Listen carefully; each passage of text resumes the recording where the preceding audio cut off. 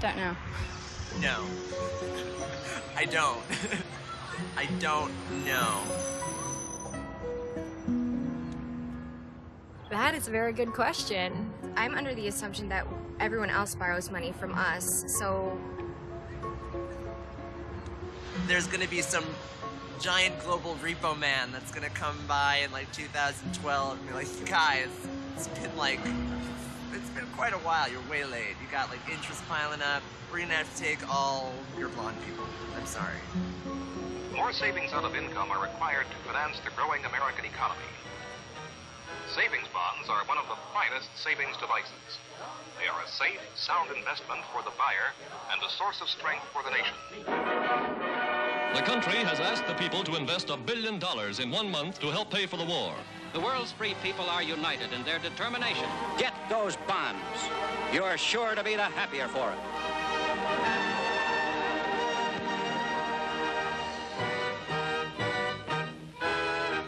Get on, get on, get on the road to victory. Get off, get off, get off the rusty, dusty, and in the past, when we ran large budget deficits, our government turned to Americans to borrow that money. After World War II, virtually all the federal debt was owed to Americans. Today, our high budget deficits, our low personal savings rate, and large trade deficits have caused us to become increasingly reliant on foreigners to finance our debt and provide capital for investment. There's nothing inherently wrong with this in the short term, and the truth is America lends money to other countries. However, as our reliance on foreign lenders increases every year, one might ask, what are the longer-term consequences? We got another bond to buy.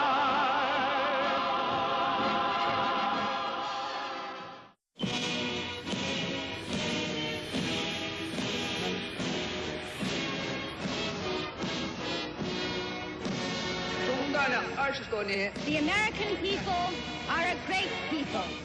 The Chinese people are a great people. The gate to friendly contact has finally been opened.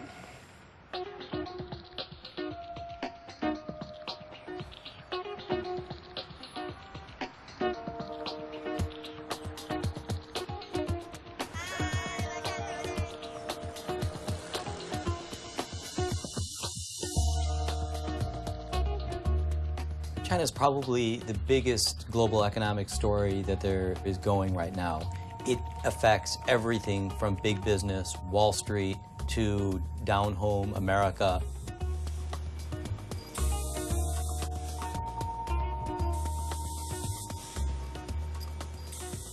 I have a mission.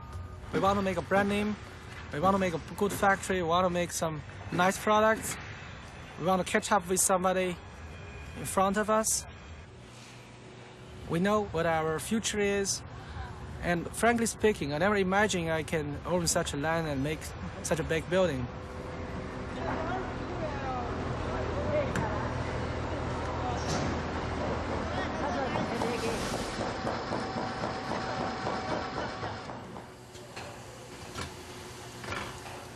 People around me get a better living standard.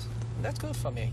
The feeling is terrific. When every month I give salary to my workers, I feel I'm very proud about that.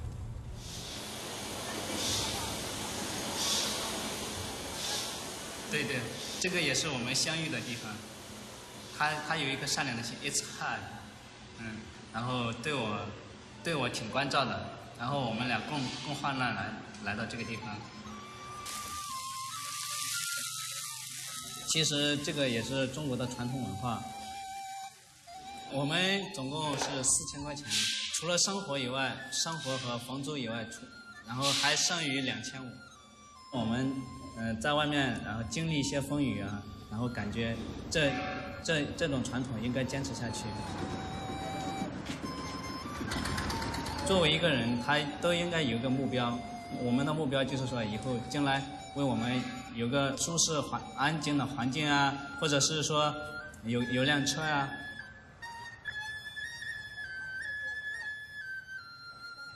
Chinese people are worried about the same things that Americans are worried about. They're worried about their health care, they're worried about their retirement, they're worried about boosting their own income. What scares a lot of Americans about China's growing prowess and these $1 trillion plus in foreign exchange reserves is a lot of that money is invested in U.S. Treasury bonds, in U.S. government debt that is keeping U.S. interest rates low and house prices high in the U.S. and allowing the U.S. economy to continue to grow quite well. A lot of people worry that somehow China is going to suddenly ask for its money back and walk away from the U.S. economy. You know, one wouldn't exist without the other one, and I think increasingly the relationship between China and the U.S. is growing tighter, at least economically.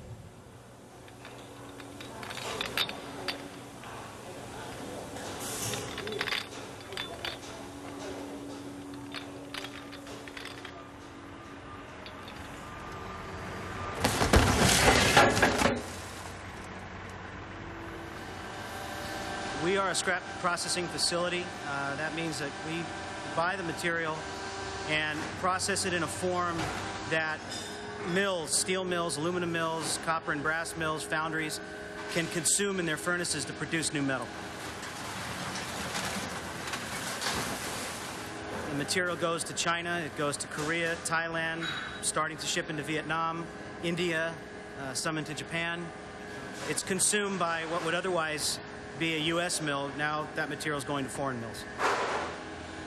We've killed our industrial base. We've killed or are killing what made us a great nation. We're giving it to China, to India, to all the other nations of the world to produce our goods. And we're a net importer when we should be a net exporter.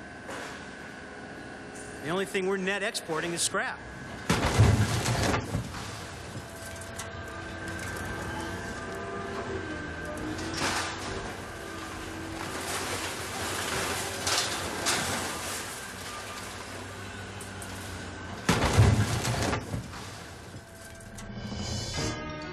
There have been reports that China may indeed start to liquidate some of their treasury holdings. The Chinese are the second largest holder of U.S. treasuries. $9 trillion in outstanding U.S. treasuries in total. China holds $400 billion of them. And it's a huge amount of money. It's so huge, Sue, it's called China's nuclear option, as you know, and that refers to financial, not ballistic weapons. If you want to know how it works in Washington, basically, China gets what it wants. We're going to be increasingly dependent on China for our own economic health, so we're going to have to figure out a way to get along with them.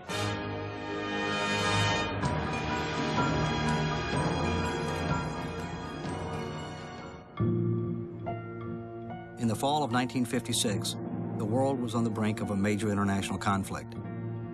America's allies, Britain and France, were engaged in a battle against Egypt over control of the Suez Canal.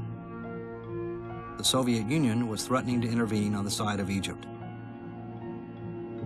America wanted to avoid military action at any cost and demanded that the British and French allies withdraw from the region. When their request was denied, the U.S. turned to financial warfare. America, which at that time owned much of England's debt, threatened to sell off or dump a significant part of its holdings in the British pound. So, as far as going into any kind of military action under present conditions, of course we're not. This would have effectively destroyed England's currency. The result? All British and French military forces withdrew from the Suez region within weeks. Some historians consider this the exact moment that the British Empire ceased to exist.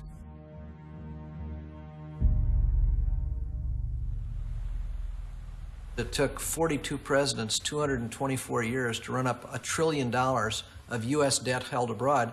This president has more than doubled that amount in just 6 years. Last year, we borrowed 65% of all the money that was borrowed in the world by countries, 10 times as much as the next biggest borrower. That's why this debt is jumping so dramatically, and it just fundamentally threatens our long-term economic security. If we don't deal with this, our children and grandchildren are going to have a much different life than we have enjoyed. We'll be in such deep hawk to the rest of the world, we'll be dependent on the kindness of strangers. We'll be dependent on other countries continuing to loan us vast amounts of money.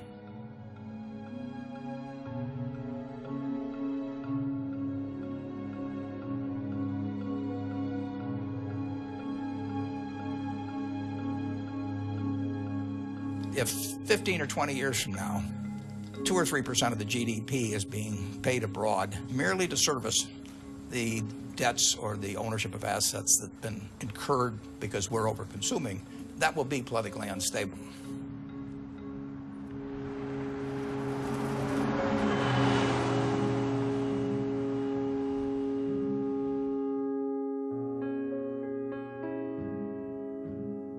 We finance these deficits and this debt by borrowing money from other countries, Chinese, for example.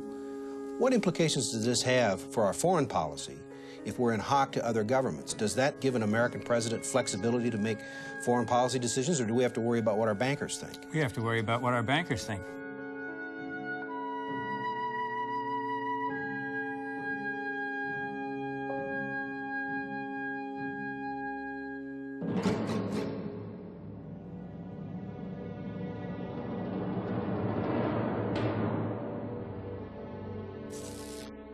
You know, when the debt clock was turned off, you know, I thought this is going to get ugly because it sends a signal that the problem is solved. And those of us that were looking at the long-term numbers knew that the problem really wasn't solved and frankly weren't very surprised to see the debt clock go back on again a few years later. Just before we leave Money Matters this evening, in New York City today, the man who owns the national debt clock has decided to start it again. It shows the United States owes more than $66,000 for every American family. That's more than $6 trillion in all. The sign's owner turned it off almost 2 years ago, and now he says we need to be reminded that the surplus is gone and that deficit spending is back. Well, my father had many ideas of how to bring out the growing danger of the debt. At one point, he sent out a card, a New Year's card, to all the people in Congress and the Senate saying, Happy New Year, you owe the federal government $30,000. When we put this sign up, we moved it from around the corner and we put it up over the entrance to the IRS, which we thought was very appropriate. The Clinton presidency, the clock we had then could not run backwards, so we covered it up with an American flag.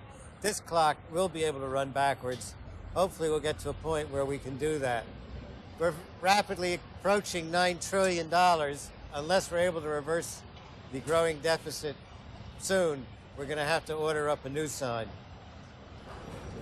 As our mothers told us when we were growing up, when you have a little bit of extra money, be careful to make sure it doesn't burn a hole in your pocket. Well, quite frankly, it burned a hole through the pocket, through the floor, and, you know, a good way through the planet. Do you think there's a risk of a recession? How do you rate that? You know, you need to talk to economists. I think I got a B in Econ 101. I got an A, however, in keeping taxes low and being fiscally responsible with the people's money.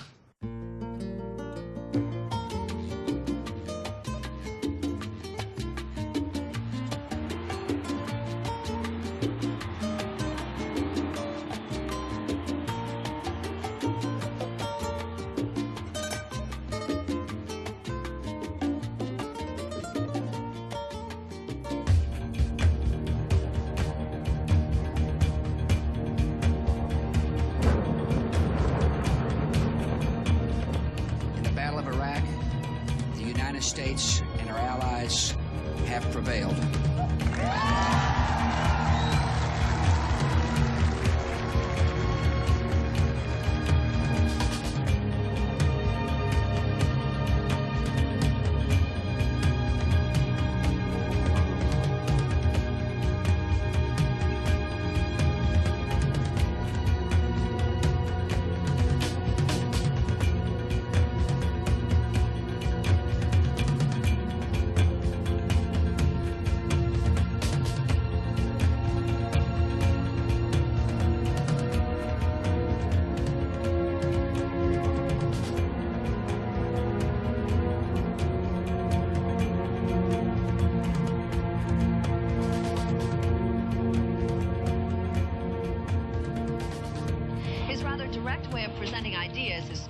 Controversy since being sworn in as Treasury Secretary on January 20th, 2001. There is no doubt O'Neill has a very difficult job.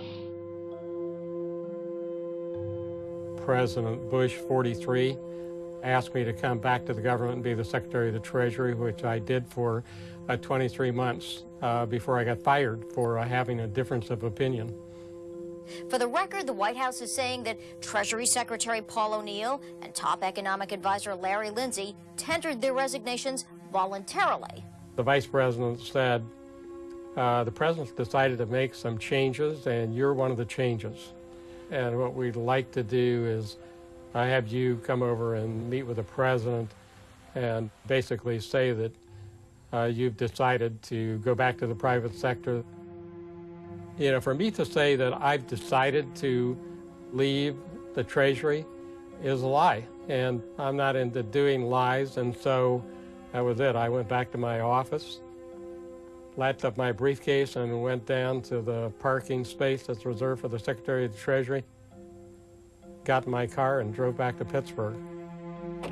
Well, you know, it's the first in my life. I'd never been fired before. I'd only been promoted to ever higher levels of responsibility. But, you know, it was okay with me because I would have really been uncomfortable arguing for policies I didn't believe in. I argued during the second half of 2002 we should not have another tax cut. That was not a popular view. And in fact, it led to a conversation with the Vice President where he basically told me that we don't have to worry about deficits. You know, which I got to tell you was really a shock to me.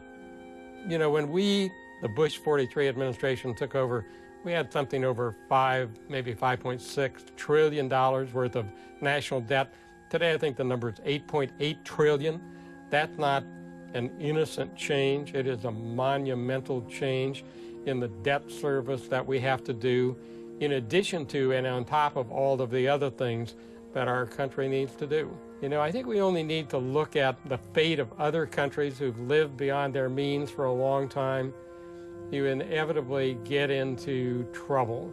When you get extended to the point that you can't service your debt, you're finished. If you look at what's happened to great republics in the past, they generally have not fallen because of external threats. They've fallen because of internal threats. Let's look at Rome as an example, which is the longest-standing republic in the history of mankind. The Roman Republic fell for many reasons, but three seem to resonate today. Declining moral values and political civility at home, overconfident and overextended militarily around the world, and fiscal irresponsibility by the central government. You know, we need to wake up, recognize reality, and make sure that we start making tough choices sooner rather than later, and that we're the first republic to stand the test of time. The purpose of today's hearing is to examine the fraud, waste, and abuse in the federal disaster assistance programs. New allegations of massive waste of taxpayer money. God, the books are cooked routinely year after year after year. Disaster assistance money was used to purchase items such as a $450 tattoo. Some of the U.S. and Iraqi money that was supposed to help rebuild Iraq was instead buying a lavish lifestyle for some of the people in charge. $20,000 for resort accommodations in Hawaii. Estimate $1 billion of fraudulent and improper payments. According to some estimates, we cannot track $2.3 trillion in transactions. $1,300 handgun. All costs were passed on directly to taxpayers. $400 massages. What is it you're doing here? You don't have any money. The American people don't have any money in this government. All they have is debt. $5,000 for a divorce attorney. This year, there will be a deficit in terms of our overall budget and spending this year. $200 bottle of Dom Perignon, purchased at a Hooters restaurant. And Girls Gone Wild videos. What is this, Comedy Central? Some people think that we can solve our financial problems by stopping fraud, waste, and abuse, or by canceling the Bush tax cuts, or by ending the war in Iraq. The truth is, we could do all three of these things, and we would not come close to solving our nation's fiscal challenges. Here's how bad our situation really is. We already have approximately $11 trillion in total liabilities, including public debt. To this amount, you need to add the current unfunded obligations for Social Security benefits of about $7 trillion. Then add Medicare's unfunded promises, $34 trillion. of which about $26 trillion relates to Medicare Parts A and B, and about $8 trillion relates to Medicare Part D, the new prescription drug benefit, which some claimed would save money in overall Medicare costs. Add another $1 trillion in miscellaneous items, and you get $53 trillion. Our country would need $53 trillion invested today, which is about $175,000 per person, to deliver on the government's obligations and promises. How much of this $53 trillion do we have? Zip. By the time today's college graduates are ready to retire, 40 years from now, the only things our government will be able to pay for are interest on the federal debt and some Social Security, Medicare, and Medicaid benefits. All other parts of the federal government will be closed and out of business. What about taxes? We would have to raise federal tax burdens across the board, more than 2 times today's levels, to close the financing gap. Some politicians complain when any tax increases are mentioned. We're facing a more than doubling of federal taxes if we continue down our present path. Remember our debt to GDP? By the year 2040, our debt to GDP will be twice the record level at the end of World War II, and it skyrockets after that. Who's going to lend us money then? No matter what you personally believe should be done to address our nation's deficits, the magnitude of our problem is much bigger than people understand. Let's assume for a moment that all earmarks and special interest pork barrel spending were eliminated. They only represent about 1% of our annual federal spending. What if all 3 Bush tax cuts expired in 2010? That would only address about 10% of our federal financial hole. And what about Iraq? Even if the war ended in 2009, the total estimated cost of the war over time is less than 3% of our total financial problem. Our budget, savings, trade, and leadership deficits individually are bad enough, but in combination, they create a toxic mix that threatens our country's and our families' futures. As the baby boomers retire in large numbers, this tidal wave of spending will reach our shores, and we are simply not prepared for it. And trust me, it could swamp our ship of state. Unlike many other problems facing our country, this one is ours alone. We can and we must solve this one. The question is, when will we? As our nation's founders said, it's really up to us, we the people.